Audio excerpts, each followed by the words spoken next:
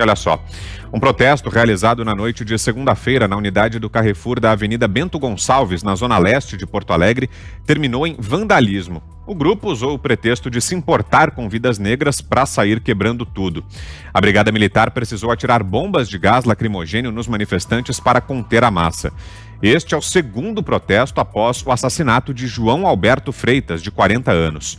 O grupo bloqueou as duas faixas da Bento Gonçalves, uma das avenidas mais movimentadas da cidade, aos gritos de "Acabou o amor, isso aqui vai virar Palmares" e "O Carrefour é assassino".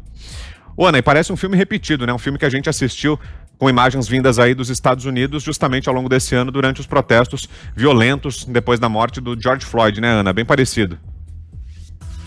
Bem parecido, Vitor, e a gente vê que existe aí uma tentativa de importar esse movimento daqui dos Estados Unidos, né, para o Brasil, levando aí não apenas a desculpa, né, a bandeira do racismo para trazer violência para as cidades, mas uma agenda também marxista como a do grupo, né, uma agenda de violência, uma agenda que enaltece exatamente o racismo, né, como aquilo que eu comentei ontem aqui. Hoje em dia, se você chama todo mundo de racista, ninguém é racista, né? Se você chama todo mundo de homofóbico ou nazista, acaba que as reais vítimas do racismo, elas não vão poder ver nenhum ato aí em relação à mudança a um possível racismo que existe na sociedade. E o problema disso tudo, Vitor, é que dentro aí das nossas eleições no Brasil, com certeza vai ter muito político aí se agarrando nessa agenda, exatamente para tocar fogo aí no Brasil, literalmente fogo mesmo, né? A gente vê que existe esse movimento de importação também aí na violência, aí colocando ateando fogo em lojas, e a gente viu as cenas, inclusive, do Carrefour da semana passada, pessoas negras, né, os empregados ali desesperados, tentando salvar o ambiente ali de trabalho deles. O que a gente vê que não são vidas negras que importam, né, são vidas negras que sejam usadas, que possam ser usadas para agendas políticas e ideológicas, como é aqui nos Estados Unidos. Fiuza. Exatamente. Nos Estados Unidos aconteceu justamente isso, quer dizer, uma onda de violência. Nós lembramos o irmão do George Floyd fazendo apelos contra a violência, dizendo que a violência, qualquer tipo de violência não seria uma homenagem ao irmão dele, e não deram a menor bola, porque ali depois a gente viu para que isso estava servindo. Isso estava servindo para campanha política. Eu acho uma vergonha, eu acho uma humilhação essas pessoas fingirem que estão para defender as suas próprias causas. Causas não, desculpe, para defender as suas próprias boquinhas, para defender os seus próprios pequenos e miseráveis objetivos imediatos, né, como era no caso dos Estados Unidos. E a gente viu, para piorar, né, a gente viu essa burguesia remediada, que se finge de progressista e tal, que dizia que ninguém podia botar o pé na calçada, que estaria botando vidas em risco. Eles estão sempre falando de vidas e não pensam em vida de ninguém, né? Então, no momento em que houve o... A gente está com alguma dificuldade na conexão com o Fiuza, daqui a pouco ele retoma o comentário dele. Antes, queremos ouvi-lo, Augusto. Olha, a Ana, o Fiuza, isso tem dito tudo. Se você reage com violência a qualquer ato de violência, pronto, acabou, não pode. Não pode. Você tem de reagir a qualquer ato de violência com um ato civilizado. Quando entra esse negócio de quebra-quebra, tá aí o oportunismo, né, que a gente vê. Quer dizer, os caras agora se referem à vítima, que foi vítima de um crime bárbaro mesmo, uma coisa intolerável, tem que punir os autores. Agora ele é chamado de Beto, assim, eles chamam com uma intimidade que nunca tiveram. Eles não sabem se é esse o apelido, os familiares não se referem a ele como Beto, né? Agora eles já simulam uma intimidade como se fosse um ativista do movimento negro que foi chacinado, tá? Porque o Brasil é assim mesmo e tal, e daqui a pouco ele chega ao Bolsonaro. Não é por aí, não é por aí. Esse negócio de manifestação violenta contra um ato de violência extrema iguala todo mundo. Você, Zé? Olha, existem alguns movimentos na história que eles são como o tal pingo d'água ou estupim de uma crise. Existem vários, mas, por exemplo, a tomada da Bastilha, que era um presídio que simbolizava ali o regime antigo, né, acabou eclodindo a Revolução Francesa. E existem vários exemplos. Mas nós não estamos vivendo exatamente uma revolução, mas uma confirmação de que ninguém tolera o racismo. O João Alberto foi assassinado cruelmente. Ele era negro e a justificativa para aquele ódio, aqueles socos desferidos que o Augusto traduziu aqui como de um pugilista de primeira categoria atingindo o fígado do rapaz, aquilo não se justificaria a não ser que seja um ódio ali por algum motivo que tudo indica que seja racismo. A gente comumente fala sobre esse episódio, que se fosse um branco bem vestido, não teria aquele fim, não seria agredido. E aí a gente vê que a discriminação ela é muito maior do que apenas pela cor da pele.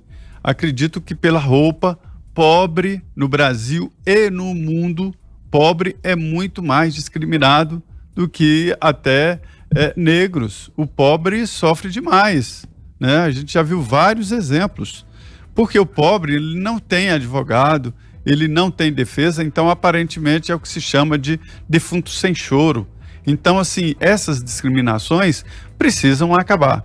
O ato dos seguranças do Carrefour foi um ato que ninguém pode aprovar ou duvidar da violência de um ato daquele. É natural que haja essa reação, mas a reação tem que ter um limite.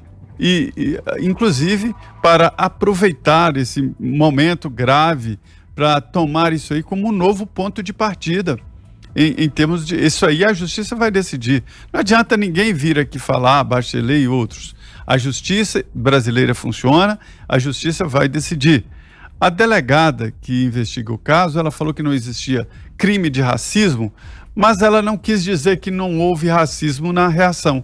Ela quis apenas dizer, e ela deu entrevista aqui na Jovem Pan falando sobre isso, de que não haveria o crime conexo ali, um novo crime, que seria uma injúria racial.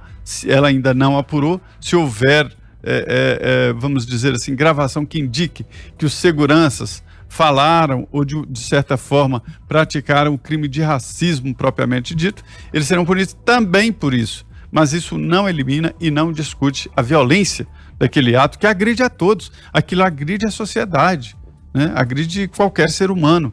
Então, esse é o fato, e o debate sobre o racismo, sobre as discriminações, inclusive de classe, deve continuar. Nem vou comentar essa história aí de quebra-quebra, de depredar instalações do Carrefour. Isso é coisa de bandido, eu não discuto isso. Isso aí, da mesma forma que a justiça vai punir os seguranças, da mesma forma a justiça deve prender e punir pessoas que fazem esse tipo de quebra-quebra. Fiuza já está de volta, e antes de passar para você, Fiuza, para você concluir seu raciocínio, só uma outra informação: a Polícia Civil do Rio Grande do Sul acaba de informar que prendeu temporariamente Adriana Alves Dutra, funcionária do Carrefour, envolvida, segundo as investigações, na morte de João Alberto Silveira Freitas. Segundo a delegada Vanessa Pitres, diretora do Departamento de Homicídios, a polícia acredita que a Adriana teve participação decisiva nas agressões sofridas por João Alberto. Isso porque ela teria poder de comando sobre os dois seguranças que já foram presos e é agente de fiscalização do supermercado. Fiuza. É isso aí, Vitor. É o transcurso da investigação, como estava dizendo o Zé agora. É justiça. É justiça. E realmente é importante que se faça justiça. A gente não pode perder de vista que uma pessoa morreu espancada. Isso é demais, isso é intolerável, isso é absurdo, hediondo. Não tem como conviver Não tem como absorver, naturalizar um evento desse. Isso é uma barbaridade. Agora, os atos pregressos, por exemplo, do João Alberto, a investigação está em curso. Aparentemente havia violência também em atos pregressos dele. A gente não sabe, não está aqui para julgar. A gente espera que esse crime seja julgado com muita justiça. E sim, esta situação envolvendo negros, brancos ou qualquer cor de pele, ela é intolerável. Não pode acontecer isso numa democracia, não pode acontecer isso no meio de uma civilização, num pátio de um supermercado. Isso é inaceitável. Ou então a coletividade perdeu completamente a tão chamada empatia, que é muito da garganta, né? A empatia da garganta. Agora, parem de usar a vida de alguém que se foi de uma maneira bárbara para suas próprias panfletagens, né? Para seus próprios parasitismos. Esse negócio da violência é escandaloso, porque, como eu dizia quando perdemos aqui a conexão, nos Estados Unidos da América, estava acontecendo uma paralisia da sociedade em que a ética, a suposta ética, que não é verdadeira essa ética, vamos deixar isso pacificado, né? De que se você circular, você coloca vidas em risco automaticamente. No momento em que houve o comando para a depredação, para o quebra-quebra, para a violência desvairada, esses supostos éticos, aí colocando também burgueses, intelectuais, não é uma reação de fígado, de pessoas incultas, não. É gente muito preparada, que recebeu muita instrução da sociedade, apoiando violência, apoiando pancada. E que no dia anterior estava dizendo que ninguém podia sair de casa. Ora, o que nós vivemos? É uma pandemia de hipocrisia. E aí uma pandemia de hipocrisia não salva a vida de ninguém. De nenhum negro, de nenhum branco, de nenhum infectado, não salva a vida de ninguém, porque o nome disso é panfletagem. Então é muito importante que instituições... Não vamos nem mais falar da justiça, a justiça tem que fazer a parte dela direito.